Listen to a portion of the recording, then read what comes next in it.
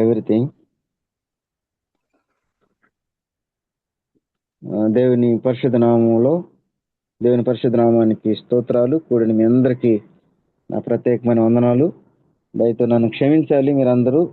మరి కొన్ని రోజులు ఏఎఫ్సి మరి రాలేకపోయినాను. మరి ఉపవాస ప్రార్థనలు జరుగుతున్నాయి. అందుకని ఆ ప్రార్థనలు 6 to 7 మాకు జరుగుతుంది రెగ్యులర్గా 40 days మందిరం కొరకు. మరి మేము దేవుని దగ్గర కావడానికి ప్రేయర్స్ జరుపుకుంటున్నాం. అంతేకాని వేరే ఉద్దేశం కాదు, ఆచరణ కాదు, ఇంకొకటి కాదు. సో అందుకని రాలేకపోయినాను. మరి జయకుమార్ అన్న ఫోన్ చేసినప్పుడు మరి అన్న ఇట్లా ఉన్న పరిస్థితున్నప్పుడు లే తమ్ముడు వచ్చి చైర్స్ వేసుకొని కావాలంటే వెళ్ళండి, ఒక 20 minutes కానీ 30 minutes లేట్ అయినా పర్వాలేదు, మీరు అక్కడికి వెళ్దురు, ఫస్ట్ ఏఎఫ్సికి రండి అన్నప్పుడు సంతోషంగా స్వీకరించడం జరిగింది. అంత మాత్రమే కాదు, కొంచెం భయం కూడా అనిపించింది. బైబిల్ పండితులు మరి మన గ్రూపులో ఉన్నారు. వాళ్ళ ముందు వాక్యం చెప్పడం అనేది కత్తి మీద సాము లాంటిదే.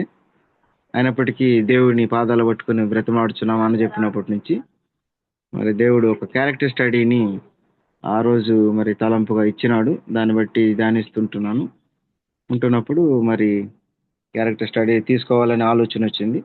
దాన్ని మనం మరి వీలైనంత మరి షార్ట్ టైంలోనే ముగించడానికి నేను ప్రయత్నం చేస్తాను. నిజంగా మరి నేను జవహర్ భారత్లో ఉన్నప్పుడు నాకైతే యేసుప్రభు తెలియదు. మరి వసంతరావు అన్న ఇంటర్మీడియట్ నుంచి నా వెంట పడ్డాడు. మరి దేవుని మహాకృప. ప్రతిసారి రిజెక్ట్ చేస్తున్నాము. 98లో ఎందుకో దేవుడు అద్భుత రీతిగా మరి ఆయన ప్రేమ చొప్పున కనికరించి ఆయన బిడ్డగా ఏవిఎం కాంపౌండ్లో దేవుడు నమ్ముకోవడానికి సహాయం చేసినాడు. ఒకవేళ దేవుడు నమ్ముకోకుండా ఉనుంటే పీడిఎస్సిలో అప్పటికే నేను కావలి కమిటీకి జాయింట్ సెక్రటరీగా ఉన్నాను. సో ఒకవేళ నెక్స్ట్ డిస్టిక్ కావలి కమిటీ నుంచి నెక్స్ట్ డిస్టిక్ కమిటీ నుంచి స్టేట్ కమిటీకి వెళ్ళిపోవాలి, స్టెప్ బై స్టెప్ వాళ్ళది. ఒకవేళ ఆ మార్గంలో ఉంటే నేను అటు వెళ్ళిపోయిండేమో నక్సలైట్గా. సో దేవుడు ఆ మార్గాన్ని తప్పించి మరి ఆయన బిడ్డగా మరి నన్ను అంగీకరించి నన్ను రక్షించుకున్న గొప్ప దేవునికి నేను స్తోత్రాలు చెల్లించుకుంటున్నాను. సరే, మనం వాక్య భాగంలోనికి మనం వెళ్దాం. ఆదికాండము 16వ అధ్యాయము ఆగర్ను గురించి మనం మరి క్యారెక్టర్ స్టడీ గురించి మనం ధ్యానించుకుందాం. ఈ విషయంలో మరి ఒకసారి నేను ఆంధ్రాలో వాక్యం షేర్ చేసుకుంటున్నప్పుడు తమ్ముడు రవీంద్ర నా పక్కలోనే ఉన్నాడు. ఇంకా మరొకసారి దేవుడు ఈ యొక్క సబ్జెక్ట్ని గురించి ధ్యానించుకుందాం. ఆగర్ను గురించి ఆదికాండము 16వ అధ్యాయము కంప్లీట్గా 16 వచనాలు ఉంటాయి. ఆ 16 వచనాలని ఒక 4-5 వచనాలను మనం సెలెక్ట్ చేసుకొని ధ్యానించుకుందాం. దయచేసి అందరూ, వీలైన వారందరూ కూడా మరి ఆ అధ్యాయాన్ని ఓపెన్ చేసి మీరు పెట్టుకున్నట్లయితే అవసరమైనప్పుడు ఆ వాక్యాన్ని మనం చదువుకుందాం. 16 వచనాలు చదవాలంటే టైం అవుతుంది కాబట్టి 16 వచనాలు చదువుకునేది వద్దు. సో అవసరాన్ని బట్టి 4 వచనాలు మాత్రమే మనం చదువుకుందాం. నాకు ఇచ్చిన టైము దాదాపు 6 గంటలు కావస్తుంది. నేను మరి 6:30 లోపల నేను ముగించడానికి నేను ప్రయత్నం చేస్తాను. సో హాగరు అంటే అర్థం ఏంటంటే విడువబడినది. హాగరు అంటే అర్థము విడువబడినది లేదా పారిపోయినది. ఈమె ఐగుప్తు దేశానికి సంబంధించిన ఒక పని మనిషి లేదా దాసి అని చెప్పొచ్చు. ఈమెకుంటున్న గొప్పతనం ఏమిటంటే దేవుడికి పేరు పెట్టిన మొట్టమొదటి మరి స్త్రీ అని మనం చెప్పవచ్చును. చూచుచున్న దేవుడివి అని ఈమె దేవుడికి పేరు పెట్టడం జరిగింది. అదే ఎబ్రి భాషలో దీన్ని ఎల్రోయి అంటారు. ఎల్రోయి అంటే చూచుచున్న దేవుడివి అని. మరి ఈరోజు ఐగుప్తుగా పిలువబడుతున్నది మరి ఈజిప్ట్ అని మనం చెప్పవచ్చును. మరి ఆ ఈజిప్ట్ దేశం నుంచి కనాను దేశానికి రావడం జరిగింది. కనాను దేశం అంటే మీ అందరికీ తెలిసిందే, మెయిన్గా ఇజ్రాయెల్ అని చెప్పుకోవచ్చు. దానికి ఆ రోజుల్లో కంబైన్డ్గా పాలస్తీనా, ఇజ్రాయేలీలు, లెబనాను మరి ఇవి ఉంటున్నట్టుగా మనం చూసాము. మరి మెయిన్గా ఇప్పుడు మనము ఇజ్రాయెల్ దేశానికి కానాను దేశంగా పిలవచ్చును. పాలస్తీనా, ఇజ్రాయేలీలు, లెబనాను, జోర్డాన్ వీటన్నిటిని కానాను దేశం కానీ ఒకప్పుడు పిలుస్తున్నారు. కాకపోతే మెయిన్గా మనం ఇజ్రాయెల్ దేశం అని దాని కానాను దేశం అని అనవచ్చు. అయితే సందర్భము ఆగను గురించి ఎక్కువగా బైబిల్లో ఎక్కడ చెప్పబడలేదు, కానీ 16వ అధ్యాయము 21వ అధ్యాయము మరి కొత్త నిబంధనలో అక్కడక్కడ 2 వచనాల్లో మరి మనం తరచుగా చూడొచ్చు. అంతకు మించి తర్వాత ఎక్కడ ఆమె కనిపించదు. యాగరుకుంటున్న ప్రత్యేకత ఏంటి, యాగరు దేవుని దగ్గర ఏమి నేర్చుకున్నది, ఎలా విశ్వాసములో ఎదిగింది అనేది మనం చూసుకున్నట్లయితే, అసలు యాగరు ఎందుకు మరి వీళ్ళతో కలిసి రావడం జరిగిందంటే, కనాన దేశంలో వీళ్ళు నివాసం చేస్తున్నప్పుడు, అబ్రహాము మరి షారాయి గారు నివాసం చేస్తున్నప్పుడు ఒక కరువు రావడం జరిగింది. ఆ కరువు రావడం జరిగిన తర్వాత వారు కనాన దేశం నుంచి మరి ఐగుప్తుకి ప్రయాణమై వెళ్తారు, కరువు బాధ నుంచి తప్పించుకోవాలని. అక్కడ మరి శారాయి చాలా అందంగా ఉంటుంది. మరి 65 సంవత్సరాల్లో కూడా దేవుడు ఆమెని అంత అద్భుతంగా మరి తీర్చిదిద్దినాడంటే మరి భక్తి అని చెప్పవచ్చు, లేదంటే దేవుని చేతిలో వాడబడుతున్నానని చెప్పవచ్చును. ఇలా మరి ఈ అందాన్ని చూసి అబ్రహాం గారు ఏమన్నారంటే, నువ్వు నా చెల్లి అని చెప్పు, లేదంటే నేను ఇక్కడ బ్రతకటం, దేశంలో బ్రతకటం చాలా కష్టము అని చెప్పినప్పుడు అదే ప్రకారంగా ఆమె చెప్తుంది. తర్వాత ఆమె అందాన్ని గురించి అక్కడ ఇక్కడ మరి పొగుడుతుంటున్నప్పుడు అది రాజు వరకు వెళ్ళడం జరుగుతుంది. రాజు దగ్గరికి వెళ్ళినప్పుడు ఇమీడియట్గా రాజాజ్ఞ మరి ఆ గుడారంలోనికి రావడము, మరి వాళ్ళు ఆ అక్కడ మరి ఆమెను తీసుకెళ్లి రాజు దగ్గర నిలబెట్టడం ఏమైనా జరిగిపోతాయి. జరిగిన తర్వాత ఆమెని మరి ఆ రాత్రి టైంలో మరి ఆ రోజు కానీ దేవుడు ఆమెను ముట్టనీయకుండా తనతో మాట్లాడము, ఆ యొక్క రాజుతో మాట్లాడి మరి దేవుడు మరి ఆ యొక్క భయంకరమైన అపాయం నుంచి దేవుడు తప్పించి ఆమెను కాపాడుతాడు. ఎందుకంటే వాగ్దానం చేసి ఉన్నాడు, నీ గర్భంలో పుట్టబో సంతానాన్ని నేను దీవిస్తాను అని. ఆ వాగ్దానం కొరకు దేవుడు మరి షారాయిని ముట్టకుండా మరి కాపాడతాడు. సో కాపాడిన తర్వాత తనకి తెలుస్తుంది ఆమె చెల్లి కాదు భార్య అని. మరి అబ్రహాం గారిని పిలిపించి, మరి ఇలా ఎందుకు నువ్వు చెప్పావు నా చెల్లి అని, ఒకవేళ తప్పు జరిగి ఉంటే మరి చాలా ఇబ్బంది, దేవుని చేతిలో నేను భయంకరమైన పనిష్మెంట్ అనుభవించేవాని కదా అని చెప్పి తన భార్యని అప్పచెప్పి, మాత్రమే కాదు దాంతోపాటు అనేకమైన బహుమతులు, అనేక జంతువులని మరి బహుమతులన్నిటిని ఇచ్చి పంపిస్తూ, దాంతోపాటు దాసీలను ఇస్తారు. ఆ దాసీలని ఇచ్చి పంపిస్తాడు. ఆ దాసీలో ఒకటి ఆగరని మనము చెప్పుకోవచ్చు. ఆ రీతిగా మరి వీళ్ళ కుటుంబంలోనికి, వీళ్ళ దేశంలోనికి, ఐగుప్తు దేశం నుంచి కానాను దేశానికి యాగరు రావడము జరిగింది. యాగరు దాదాపు 10 సంవత్సరాలు వీళ్ళతో సహవాసంలో, వీళ్ళ కుటుంబంలో ఉంటున్నప్పుడు దేవుని గురించి తెలుసుకొని దేవునిలో ఎదగటానికి ఎంతగానో మరి ఆగరికి మరి వీరి యొక్క కుటుంబ సహవాసము, వారి పరిచర్యలు ఇవన్నీ కూడా మరి దేవుని తెలుసుకోవడానికి, దేవుని ఎదగటానికి మరి సహాయము పడినట్లుగా మనం చూస్తుంటున్నాం. మొట్టమొదటగా ఒక పాయింట్ మాత్రము నేను ధ్యానించుకోవాలని ఇష్టపడుతుంటున్నాను. నంబర్ 1, ఆది కాండము 16వ అధ్యాయం 13వ వచనాన్ని ఒకసారి చూద్దాం. ఎవరైనా మరి దయచేసి చదవండి. ఆది కాండము 16వ అధ్యాయము 13వ వచనం.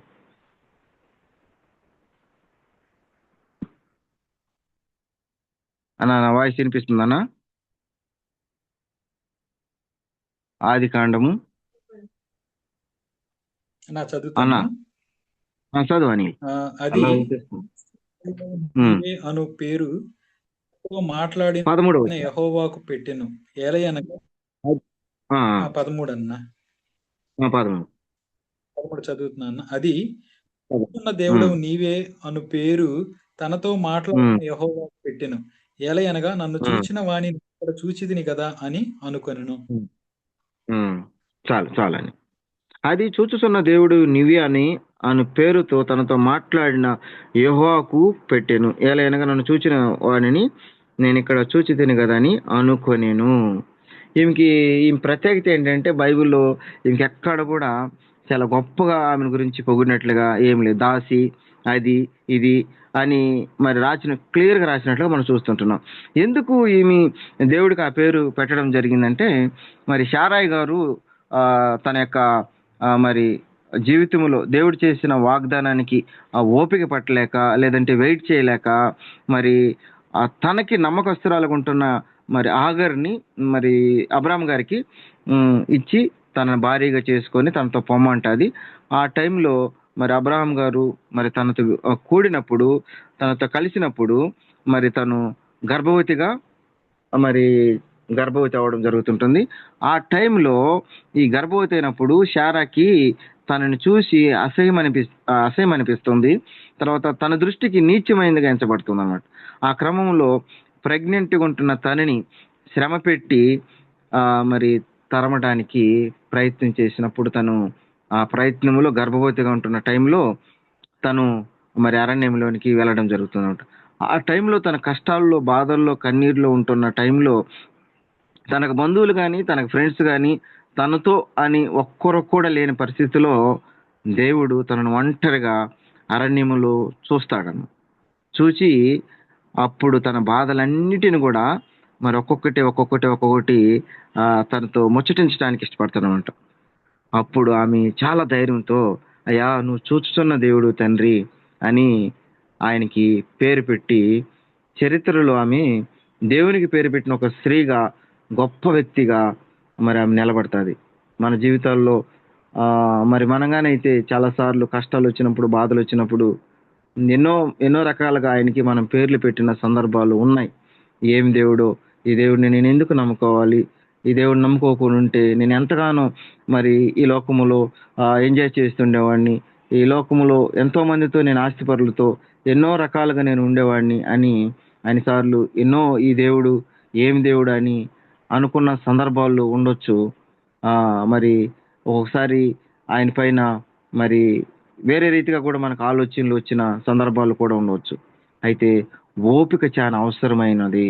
ఆమె ఎప్పుడైతే దేవుని వైపు చూసిందో, ఆయన సౌందర్యాన్ని చూసిందో, ఆయన ముఖ దర్శనాన్ని చూసిందో, ఆయన గొప్పతనాన్ని చూసిందో, అప్పుడు తనకు అర్థమైంది. ఈ సందర్భాన్ని ఒకసారి మనము జ్ఞాపకం చేసుకున్నప్పుడు, దేవుని యొక్క గొప్పతనాన్ని మనం ఎప్పుడు తెలుసుకున్న తర్వాత ఈయన నా యొక్క పరిస్థితిని చూడగలిగిన దేవుడు, ఈ పరిస్థితి నుంచి తారుమారు చేయగలిగిన దేవుడు అని మన గొప్ప నమ్మకము ఆ దేవాతి దేవుని పైన వస్తుంటుంది.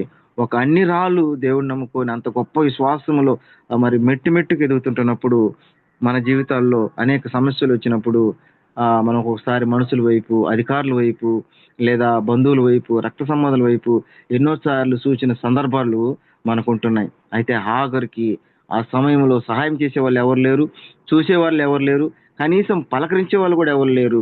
ఈ యొక్క మానవ కనుదృష్టి తన పైన పడకుండా దేవుడు ప్రొటెక్ట్ చేసి తనతో మాట్లాడుతుంటున్నానంటమ్మా, నీ పరిస్థితి నేను చూసినాను, చూసే దేవుడినే కాదు సహాయం చేయగలిగిన ఏకైక దేవుడిని నేను భయపడొద్దని తనతో మాట్లాడుతుంటున్నాడు. ఒకసారి నా జీవితంలో జరిగిన సంఘటన నేను చెప్పి ముందుకు నేను వెళ్తాను. ఆఫీసులో నేను కంప్యూటర్ షార్ట్ కట్ నేర్చుకోవడానికి ఒక ట్రైనింగ్ సెంటర్కి వెళ్ళిన తర్వాత అక్కడ నేను టైపింగ్ చాలా ఫాస్ట్గా నేర్చుకోవాలని నేను మరి ప్రయత్నం చేస్తుంటున్నప్పుడు ఆమె తమిళ ఆమె సార్ మీకు ఓపిక ఉండాలి సార్ అని. ఎందుకమ్మా అంటే, ఇంత ఫాస్ట్గా నేర్చుకోలేరు సార్, స్టెప్ బై స్టెప్ నేర్చుకోవాలి అని చెప్తున్నప్పుడు, మీరు దేవుని సేవకులు కదా, అంత మరి తొందర ఎందుకు మీకు అని అన్నప్పుడు నాకు షాక్ అనిపించింది. నాకు ముఖపరిచయం తెలియదు ఆమె. అంటే మనల్ని చాలామంది అబ్జర్వ్ చేస్తూ ఉంటారు. నాకు అప్పుడని నేను ఎక్కడ చర్చమ్మా అంటే, నేను పలానా ఎబినేజర్ పాస్టర్ దగ్గరికి నేను వెళ్తాను అన్నప్పుడు, ఆ ఎబినేజర్ పాస్టర్ నాకు చాలా బాగా తెలుసు, ఆయన తెలుగు ఆయనే. అప్పుడు నాకు చాలా భయం వేసింది. ఒకవేళ నేను మిస్బిహేవియర్ కానీ, లేదంటే ఆమెతో తప్పుగా నేను ప్రవర్తించి కానీ ఉంటే మరి వాళ్ళ పాస్టర్ చెప్పి ఉన్నాడు, ఆ పాస్టర్ ఇంకా చాలా మందికి చెప్పి సాక్ష్యమే మరి చాలా గందరగోళం అయ్యే పరిస్థితి అనమాట. కాబట్టి మనల్ని దేవుడు చూస్తుంటాడు, అట్ ద సేమ్ టైం మనల్ని లోకము చూస్తుంటుంది. మనం లోకం చూసేటప్పుడు వాళ్ళు ఏమంటారంటే, మీరు దేవుని బిడ్డలు కదా, మీరు ఇవి చేయవచ్చునా, ఇవి మీ చూడవచ్చునా, ఇవి మీరు తినవచ్చునా, ప్రతిది కూడా మన క్వశ్చన్ మార్క్ పెడతారు. అయితే వాళ్ళు అంటున్న మాట ఏంటంటే, మీరు దేవుని బిడ్డలని ఒక గొప్ప మాట చెప్తారు. కాబట్టి దేవుడు ఆధిక్యతను మనకి ఇచ్చినాడు. చూచుతున్న దేవుడు, మన పరిస్థితులన్నిటినీ చూసి దానికి పరిష్కారం ఇచ్చి, దానికి శాశ్వతమైన పరిష్కారం ఇవ్వగలిగిన ఏకైక దేవుడు మనకుంటున్నాడు. కాబట్టి ఆ రోజు ఆగర్ని ఏ రీతిగా చూసి సహాయం చేసినాడు, ఈ రోజుల్లో కూడా ప్రతి పరిస్థితుల్లో నుంచి దేవుడు మనల్ని చూసి దానికి సహాయం చేసి ఆ పరిస్థితి నుంచి బయటికి రాగలిగిన గొప్ప దేవుడు యేసుక్రీస్తు వారు మనకుంటున్నారు. కాబట్టి ఇదే మన నిరీక్షణ, ఇదే మన నమ్మకము, ఇదే మన భరోసా. కాబట్టి దేవుడు ఆఖరిన ఆ రోజు ఆదరించిన దేవుడు, చూసిన దేవుడు మరి మనల్ని కూడా చూస్తుంటాడు. మన ప్రతి పరిస్థితిని చూస్తాడు, ప్రతి సమస్యను చూస్తాడు, ప్రతి బాధను చూస్తాడు, ప్రతి కన్నీటి బొట్టుని చూసి మనకి జవాబు ఇవ్వగలిగిన ఏకైక దేవుడు. కనుక మన పరిస్థితుల్లో మనం దేవుని వైపు ఎప్పుడైతే మనం చూస్తామో, మనకి తారుమారైన పరిస్థితుల్లో మనం ఎప్పుడైతే దేవుని చూస్తామో, మన కష్టాల్లో ఎప్పుడైతే దేవుని వైపు చూస్తామో, మన యొక్క ఇరుకుల్లో ఎప్పుడైతే దేవుని వైపు చూస్తామో, దేవుడు ఖచ్చితంగా ప్రతి సమస్యకి, ప్రతి ఒక్క బాధకి, ప్రతి ఒక్క మరి జటిలమైన కఠినమైన సమస్యకి దేవుడు పరిష్కారాన్ని ఇవ్వగలడు అనేది ఆఖరు ద్వారా మనం నేర్చుకొనవచ్చును. కనుక మొట్టమొదటిది చూచుచున్న దేవుడు. రెండోదిగా మనం చూద్దాం, అదే ఆదికాండము 16వ అధ్యాయము. ఎక్కడికి వెళ్ళాల్సిన పని లేదు, ఈ అధ్యాయం మాత్రం మనం ధ్యానించుకుందాం. 16వ అధ్యాయము 11వ వచనం ఒకసారి చూద్దాం. చదవండి, ఎవరైనా ఒకరు చదవండి. 11. మరియు యెహోవా దూత ఇదిగో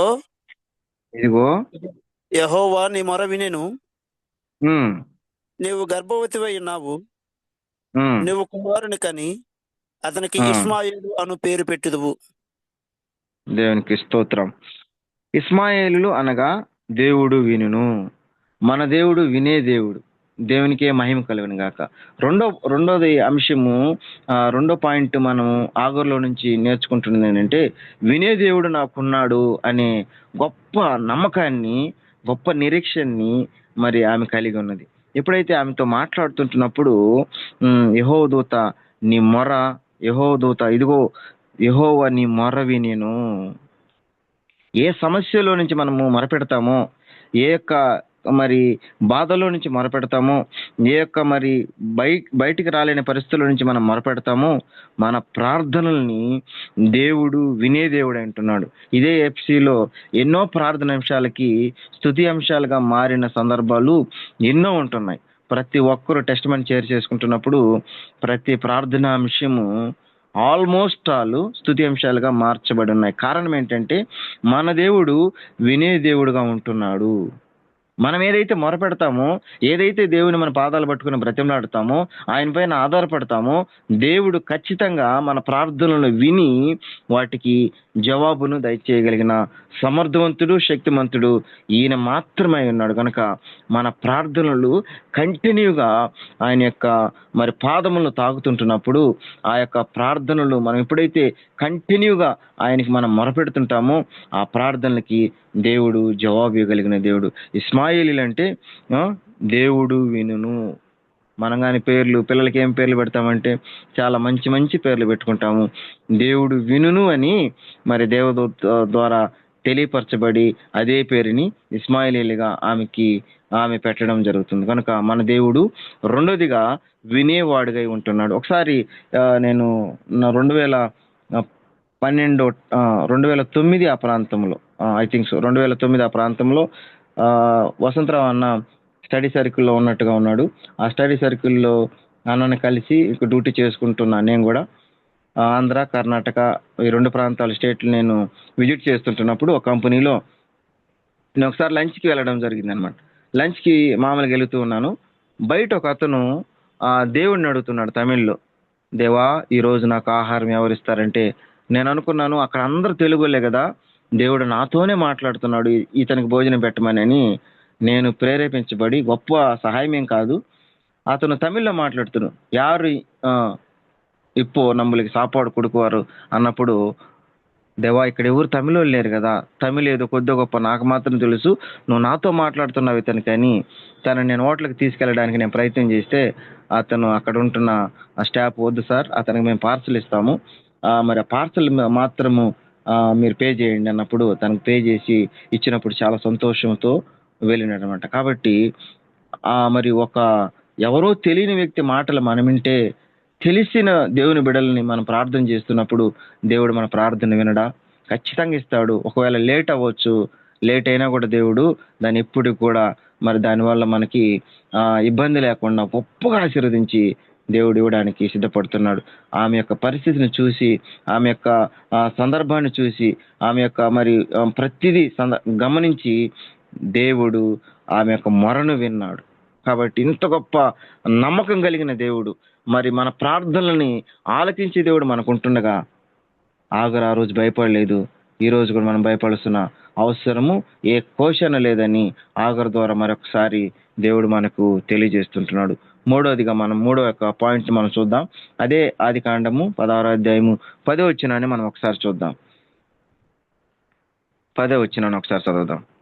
మరియు యెహోవా దూత, నీ సంతానమును నిశ్చయముగా విస్తరింపచేసెదను, అది లెక్కింప వీలు లేనంతగా విస్తారమవునని దానితో చెప్పాను.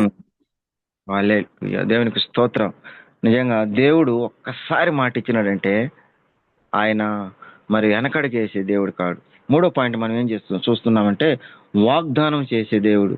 ఆయన ప్రామిస్ చేస్తాడు. నీ గురించి, నా గురించి దేవుడు ఎన్నో ప్రామిసులు చేసినాడు. ఆ ప్రామిసులన్నీ మనము అనుభవపూర్వకంగా టేస్ట్ చూసిన వాళ్ళమే. నిన్ను దీవిస్తానంటాడు, నేను ఆశీర్వదిస్తానంటాడు, నిన్ను బలవంతుని చేస్తానంటాడు, నేను జ్ఞానవంతుడికి చేస్తానంటాడు, అధికారుల మధ్య నేను కూర్చొని పెడతానంటాడు. ఎన్నో వాగ్దానం చేసినాడు కదా దేవుడు. ప్రతి ఇయర్ మనకి ఇస్తుంటున్న వాగ్దానం ఏదైతే ఉంటున్నదో ఆ వాగ్దానం జనవరి మొదలుకొని డిసెంబర్ వరకు మనము ప్రార్థించగలిగితే దేవుడు ఏదో ఒక నెలలో ఆ వాగ్దానాన్ని నా జీవితంలో ఖచ్చితంగా దేవుడు నెరవేరుస్తాడు. ఆమె సంతానం అనుకున్నది, నా జీవితం ఇంతటితో అయిపోయింది, నా జీవితం లేదు, నా గర్భంలో పుట్టబోయే బిడ్డ కూడా చనిపోతాడని అనుకొని ఉండొచ్చు. అయితే దేవుడు అంటాడు, నీ సంతానాన్ని నిశ్చయంగా నేను ఆశీర్వదిస్తానంటాను. మనకు ఒకసారి చాలా భయాలు వస్తుంటాయి. నా బిడ్డల పరిస్థితి ఏంటి, నా కుటుంబ పరిస్థితి ఏంటి అని చాలా సందర్భాలు, చాలా మరి భయపడిన పరిస్థితులు మనకి వచ్చిన సందర్భాలు లేకపోలేదు. అయితే దేవుడు వాగ్దానం చేసిన వాడు నమ్మదగిన దేవుడు, మాట ఇచ్చిన దేవుడు నమ్మదగిన దేవుడు కనుక ప్రభా, ఈ సంవత్సరం నాకు ఏదైతే వాగ్దానం చేసినావో ఆ వాగ్దానాన్ని నా జీవితంలో, నా కుటుంబంలో నెరవేర్చు ప్రభా అని మనం ఎప్పుడైతే విడువుగా ఆయన ప్రార్థిస్తామో, ఆ వాగ్దానాన్ని ఎత్తిపట్టుకొని మనం ప్రార్థించగలుగుతామో దేవుడు ఖచ్చితంగా ఆ వాగ్దానాన్ని నెరవేరుస్తాడు.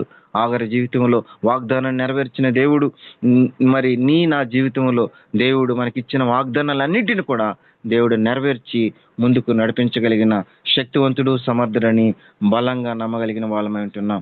చివరగా మరి లాస్ట్ పాయింట్ చూసుకొని మనం ముగింపులోనికి వద్దాం. సమాధాన పరిచే దేవుడు. మరి ఆ వచ్చినాన్ని మనం పర్టికులర్గా ఇక్కడ చూడలేం, కానీ మరి షారాయికి ఆగరికి పచ్చిగడ్డి వేస్తే కూడా బొగ్గమనే పరిస్థితి. ఎందుకంటే తన గర్భవతి అవుతుంది, ఈమె గర్భవతి కాదు. ఇంతేనండి తేడా. ఈ సందర్భంలో మరి షారాకి భయంకరమైన కోపం రావడము, తన దృష్టికి నీచమైనదిగా కనిపించటము, ఇలా వారిద్దరి మధ్య డిస్టెన్స్ పెరగడం జరుగుతుంది. ఈ డిస్టెన్స్ని దేవుడు చాలా మరి దగ్గరగా చేసి వాళ్ళిద్దరికి సమాధానాన్ని పరిచి ఒకే ఇంట్లో ఉండటానికి, మరి ఒకే మరి ఆ వాగ్దానాన్ని పొందుకొని తను మరి మగపిల్లడిని తీసుకోవడము, మరి తనకి కూడా దేవుడు మగ సంతానాన్ని దేవుడు ఇవ్వడము, వీళ్ళిద్దరిని సమాధానపరుస్తాడు. అందుకే మన దేవుడు సమాధానపరిచే దేవుడు అంటున్నాడు. అంత మాత్రమే కాదు, మనము సమాధానం పరిచినట్లయితే దేవునికి కుమారులుగా ఉంటాం. ఎంత గొప్ప భాగ్యం అండి. ఏదైనా ఎవరికైనా పరిస్థితులు మరి తారుమారవుతుంటున్నప్పుడు, మరి డిస్టెన్స్ పెరుగుతుంటున్నప్పుడు ఆ మధ్యలో నువ్వు నేను నిలబడాలి. నువ్వు దేవుని కుమారుడిగా వారినిద్దరిని సమాధాన పరచగలిగితే దేవుడు నిన్ను మరి దేవుని కుమారుడిగా పిలచగలిగిన గొప్ప దేవుడు అండి. దేవుడు అంటున్నాడు, నేను సమాధాన పరచగలిగిన దేవుడు. మన జీవితంలో చాలా సందర్భాల్లో మరి సమాధానాన్ని కోల్పోయి ఎన్నోసార్లు మరి మనము దేవునికి దూరంగా వెళ్ళాలి అని అనుకుంటున్న పరిస్థితిలో దేవుడు సమాధానకర్తగా దేవుడు మనకు ఉంటున్నాడు. యెషయా గ్రంథంలో మనం చూసినప్పుడు, మత్తయి 5:5 మనం చూసినప్పుడు ఈ రెండు సందర్భాలు మనకి జ్ఞాపకం వస్తున్నాయి. కాబట్టి ఆగరు జీవితంలో మొట్టమొదటిగా మనం మరి నేర్చుకుంటున్న మరి యొక్క మరి పాఠం ఏంటంటే, చూచుచున్న దేవుడిని అని తను దేవుడికి మరి తన పరిస్థితిని అన్నిటిని కూడా మరి చెప్పుకోగలిగింది. రెండోది, వినే దేవుడు నాకు ఉంటున్నాడు. మొదటగా చూసే దేవుడు నాకు ఉన్నాడని ఒక గొప్ప నమ్మకాన్ని కలిగి ఉన్నది. రెండోది, వినే దేవుడు నాకున్నాడని గొప్ప నమ్మకాన్ని కలిగి ఉన్నది. వాగ్దానం చేస్తే ఆయన మాట తప్పని దేవుడని గొప్ప నమ్మకాన్ని కలిగి ఉన్నది. చివరిగా సమాధాన పరిచే దేవుడుగా మరి ఎంత పరిస్థితులు తారుమారంటున్నా వారిద్దరి మధ్య సమాధాన పరచగలిగిన దేవుడు ఉంటున్నాడని నమ్మగలిగింది. కన్క్లూజన్లోకి మనం కానీ వచ్చినట్లయితే నా టైం కూడా దాదాపు అయిపోవస్తుంది. 20 నిమిషాలు అయిపోయింది. ఒక 5 నుంచి 10 నిమిషాల లోపల మనం సెషన్ క్లోజ్ చేసుకుందాం. కన్క్లూజన్లో మరి మనం చూసినట్లయితే ఒక చరిత్ర లేని ఒక దాసిగా ఉంటున్న మరి ఒక పని మనిషిగా ఉంటున్న ఈ హాగరుని చరిత్ర పుటాల్లోనికి తీసుకొచ్చిన సమర్థవంతుడు, శక్తివంతుడు మన దేవుడై ఉంటున్నాడు. ఆ చరిత్ర లేని ఆమెని చరిత్ర పుటాలనికి తీసుకొస్తే మనం అనుకోవచ్చు, నా బ్రతికిన జీవితాల్లో నేను దేవుని కొరకు నేను సాక్షిగా నిలబడలేనా అనేక సార్లు మనం అనుకోవచ్చు. మన చరిత్రని మార్చగలిగిన దేవుడు, మన కథ మొత్తాన్ని మార్చగలిగిన దేవుడు, మన జీవితాన్ని మార్చగలిగిన దేవుడు, మన పరిస్థితులు మార్చగలిగిన దేవుడు మనకున్నాడని ఆగర్ ద్వారా మరి తెలుసుకోవచ్చును. నా జీవితంలో నేను 2022 సంవత్సరం నుంచి నేను ఎవరి దగ్గర నేను మరి ఏ యొక్క సహాయం కోసం నేను ఈ సాక్ష్యం చెప్పడం లేదు. దేవుడు నన్ను క్షమించను గాక. ఎప్పుడైతే మరి ఒక మంచి ఉన్నతమైన స్థానంలో ఉండి మంచి శాలరీస్ తీసుకుంటున్న సందర్భంలో ఒక్కసారిగా జీరోగా మారడం జరిగింది. 2022 సంవత్సరం నుంచి ఇంతవరకు కూడా దేవుడు ప్రతి సందర్భంలో నన్ను, నా కుటుంబాన్ని, నా బిడ్డలని ఏది కూడా తక్కువ కాకుండా పోషిస్తున్నాడంటే కేవలము దేవుని కృప మాత్రమే. ఆగరు నేను జ్ఞాపం చేసుకున్నప్పుడు ఆగరు పారిపోవాలనుకునింది. నా పరిస్థితులను బట్టి నేను కూడా చాలాసార్లు మరి పారిపోవాలని అనుకున్న పరిస్థితిలో దేవుని వాగ్దానాలను ఎంతగానో ఆగరు జీవితంలో ఉంటున్న పరిస్థితులు ఏదైతే ఉంటున్నాయో అదే పరిస్థితుల్లో దేవుడు 2022 సంవత్సరం నుంచి ఇంతవరకు నన్ను నడిపిస్తుంటున్నాడు, బలపరుస్తుంటున్నాడు. ప్రతి సందర్భంలో ఆయన వెన్ను తట్టి నన్ను నడిపిస్తున్నాడు. కారణం ఏంటంటే దేవుని నమ్ముకొని ఉండటానికి ఒక బలమైన కారణం తప్ప వేరే కారణం లేదు. ఒకవేళ నేను దేవుని నమ్ముకొనకుండా ఉంటే, దేవుని ఎరక్కున ఉంటే ఈ రోజుకి నేను అనకూడదు ఆ మాట, మన్నుకు మన్నైపోయిన పరిస్థితులు నా జీవితంలో వచ్చి ఉండేదేమో. ఈ పరిస్థితులు నేను అనుకున్న చాలాసార్లు నేను ప్రార్థన చేసినాను, ప్రభా ఏంటి పరిస్థితులు, ఈ పరిస్థితులు నేను మరి అధిగమించలేకపోతున్నా, ఈ పరిస్థితుల్ని మరి నేను తట్టుకోలేకపోతున్నాను ప్రభా అన్నప్పుడు దేవుడు ఆ పరిస్థితుల్ని మరి నడిపిస్తూ వస్తున్నాడు. నేను ఆగరి జీవితాన్ని జ్ఞాపకం చేసుకుంటే అదే సిచ్యువేషన్ని దేవుడు మరి నా జీవితంలో మరి ఆ ఆగర్ని అందుకేమో రాపించినాడేమో అని అనిపిస్తుంటుంది. ఎవ్వరు ఏ సహాయము లేని పరిస్థితుల్లో కేవలము దేవుడు నన్ను చూస్తుంటున్నాడు, నా ప్రార్థన ఆలకిస్తుంటున్నాడు, నాకు వాగ్దానం చేసినాడు. నాకు ఈ సంవత్సరం వాగ్దానం ఏంటి చేసినాడంటే, నీ ప్రతి ప్రయత్నములోనూ నేను నిన్ను దీవిస్తానని ద్వితీయోపదేశ కాండంలో ఏదైతే వాగ్దానం చేసినాడో ఎంత ధైర్యం వచ్చిందంటే ఈ సంవత్సరం వాగ్దానాన్ని నేను చూసినప్పుడు చాలా ధైర్యం వచ్చింది. నీ దేవుడైన యెహోవా నీ కార్యములన్నిట్లోనూ నీవు చేయ ప్రయత్నములన్నిట్లోనూ నిన్ను ఆశీర్వదించునని ద్వితీయోపదేశ కాండం 15వ అధ్యాయము 10వ వచనం చెప్పినప్పుడు, ప్రభా నేను ఆశీర్వదకరంగా మారుతానా, ఈ పరిస్థితుల్లో నుంచి నేను బయటకు రాగలుగుతానా అని మరి నేను అడుగుతుంటున్నప్పుడు దేవుడు నువ్వు రాగలుగుతావు, నేను ఆశీర్వదిస్తాను, నీ ప్రయత్నంలో నీ కార్యములన్నింటిలో దేవుడు నేను తీసుకురాగలనని ఆ వాగ్దానాన్ని పదే నాకు జ్ఞాపం చేసినప్పుడు మరి ఆఖరికి ఆ రోజు ఏ సిచ్యువేషన్ అయితే ఉన్నదో మరి ఇదే పరిస్థితుల్లో ఈ రోజుల్లో కూడా అదే సిచ్యువేషన్లో నేను నడుస్తుంటున్నాను. అయితే ఈ క్రమంలో దేవుడు మాత్రమే ప్రతి అడుగులో నన్ను బలపరుస్తూ నన్ను ముందుకు తీసుకెళ్తున్నాడు. కనుక ఇలాంటి గొప్ప దేవుడిని ప్రతి అడుగులో ప్రతి క్షణం ఆయన పైన మనం ఆధారపడగలిగితే దేవుడు ఖచ్చితంగా మన జీవితాలని అద్భుతకరంగా, ఆశ్చర్యకరంగా, మన చరిత్రను మార్చగలిగిన దేవుడు, మన కథ మొత్తాన్ని మార్చగలిగిన దేవుడు, మన జీవితాన్ని మార్చగలిగిన దేవుడు, ఏకైక దేవుడు మన దేవుడు మాత్రమే. గనక ఈ యొక్క మాటలు దేవుడు మన అందరి వినికిల్లో దీవించి ఆశీర్వదించిన గాక. సమయం ఇచ్చిన మరి వసంతరావణ గారికి, విన్న మీ అందరికీ నా హృదయపూర్వకమైన వందనాలు చెల్లించుకుంటూ మీ దగ్గర నేను సెలవు తీసుకుంటున్నాను. ఒక 5 నిమిషాలు మనము మీ యొక్క ఫీడ్బ్యాక్ దీన్ని మరి తెలియచేయాలని మరి నేను కోరుకుంటున్నాను. తర్వాత నేను ఒక 10 నిమిషాల తర్వాత నేను మరి ఇంకొక ఉపవాస ప్రార్థన ఉంటుంది, అక్కడికి నేను వెళ్ళాలి. అన్నకి వసంతరావు అన్నకి నేను టైం యాప్ చెప్తున్నాను. థ్యాంక్ యూ అన్న. థ్యాంక్ యూ సో మచ్ అన్న. మరి పిలిచిన వెంటనే యాక్సెప్ట్ చేసి దేవుని వాక్యాన్ని మరి క్యారెక్టర్ స్టడీ ద్వారా దేవుడు మా అందరితో మాట్లాడినందుకు దేవునికి వందనాలు. మరి విన్న వాక్యాన్ని బట్టి ఒకరు ప్రార్థన చేయాలన్నా ప్లీజ్.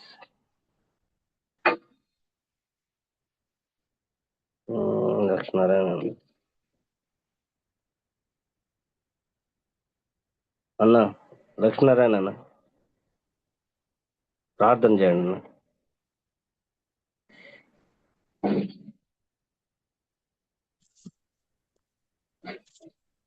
పరిశుద్ధుడైన తండ్రి, నీకు స్తోత్రాలు, వందనాలు. ఆకాశానికి భూమికి దేవుడు నీవే, సర్వ మానవాళికి దేవుడు నీవే తండ్రి. సర్వలోకంలో ఉన్నటువంటి పిచ్చుకలన్నీ వాటికి ఏం జరుగుతున్నాయో, మా తల మీద ఉన్నటువంటి వెంట్రుకలకి ఏం జరుగుతున్నాయో అంతా నీవు ఎరుగుదు. భూమి మీద ప్రతి జీవికి ఏం జరుగుతుందో అంతా నాయన నీకు ఎరుగుదు. నువ్వు సృష్టించావు కాబట్టి, అబ్రహాం కుటుంబంలో నువ్వు పిలుచుకున్నావు కాబట్టి ఏమేమి జరుగుతున్నాయో అన్ని నువ్వు అబ్జర్వ్ చేస్తున్నటువంటి దేవుడివి.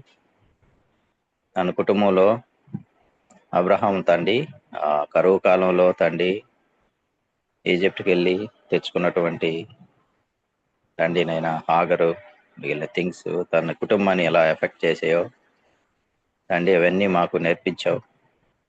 హాగరు తండ్రి తన లైఫ్లో ఇచ్చిన అవకాశాన్ని తన బుద్ధిని బట్టి, పాప స్థితిని బట్టి, మానవులందరూ చేసే ఆదాయ స్థితి మిస్బిహేవ్ చేయటాన్ని బట్టి ఆ కుటుంబంలో శారాకి తనకు వచ్చిన రక్షణలో నువ్వు కటాక్షం చూపించావు. నీ ఉద్దేశాలను నెరవేర్చడానికి మానవ తప్పిదాలన్నింటినీ నాయనను మలుస్తూ వచ్చావు. ఆగర్ని నాయనని విడిచిపెట్టలేదు. నువ్వు చూచావు, నువ్వు మాట్లాడావు, నువ్వు ఆదరించావు. ఆ పరిస్థితిలో తను సస్టైన్ అవ్వటం కష్టం కాబట్టి కొంతకాలం టైం బీయింగ్ నైనా మళ్ళా అటాచ్ చేయడానికి, బలపరచడానికి దాన్ని మళ్ళా నా తండ్రి ప్రభునైనా అటాచ్ చేసావు. ఆ కుటుంబంతో నువ్వు నమ్మదగిన దేవుడివి, ప్రతి ఒక్కరికినైనా నువ్వు సహాయం చేసేటువంటి దేవుడు అని, మాటిస్తేనైనా నెరవేర్చే దేవుడు అని, నమ్మకస్తుడు అని, సమర్థుడు అని, చూస్తున్నవాడు అని నిన్ను స్తుతిస్తూ నిన్ను ఆరాధిస్తున్నాం. మా వ్యక్తిగత జీవితాల్లో, కుటుంబాల్లో పిలిచినటువంటి నీవు, నీ కనుదృష్టి మా మీద ఉంది. ప్రతి అడుగులో ఉంది, ప్రతి పనిలో ఉంది, ప్రతి ఆలోచన, ప్రతి ట్రాన్సాక్షన్లో, ప్రతి డెసిషన్లో, ప్రతి ప్లేస్లో నీ కనుదృష్టి మా మీద ఉంది. కాబట్టి నిండుగా నిన్ను ఆరాధించి స్తుతిస్తున్నాను. ఆగర్ జీవితంలో నీవేమై ఉన్నావో, నువ్వెంత మంచి దేవుడువో, ఎలా సృష్టికర్తవో, ఎంత మాట ఇచ్చి నెరవేర్చ సమర్థుడివో, ఆదరించ సమర్థుడివో అన్న విషయాలు నీ గురించి మాట్లాడావు. నీ ఎదుట సాగిలపడి నీకు ఆరాధన చెల్లిస్తాం. మా అందరి జీవితాల్లో నువ్వు అలాంటివే చేసావు కాబట్టి నీకు కృతజ్ఞత చెల్లించుకున్నాం. ఏఎఫ్సీలో మేము కలిసి ఈ రీతిగా పెంచిలీ ద్వారా నా తండ్రి ఈ విషయాన్ని నేర్చుకోవటానికి, నిన్ను గుర్చినటువంటి గొప్పతనాన్ని, మంచితనాన్ని, నీ క్యారెక్టర్ రిమైండ్ చేసుకోవటానికి కృపించినందుకు నీకు వందనాలు చెల్లిస్తాను. యేసునామములో ప్రార్థన చేసి అడిగి వేడుకుంటున్నాను పరమ తండ్రి, amen. Amen, amen. Thank you so much అన్న, థ్యాంక్ యూ. ఈ సమయంలో మన ప్రేయర్ అండ్ ప్రైజింగ్ పాయింట్స్ త్వరగా షేర్ చేసుకుంటే త్వరగా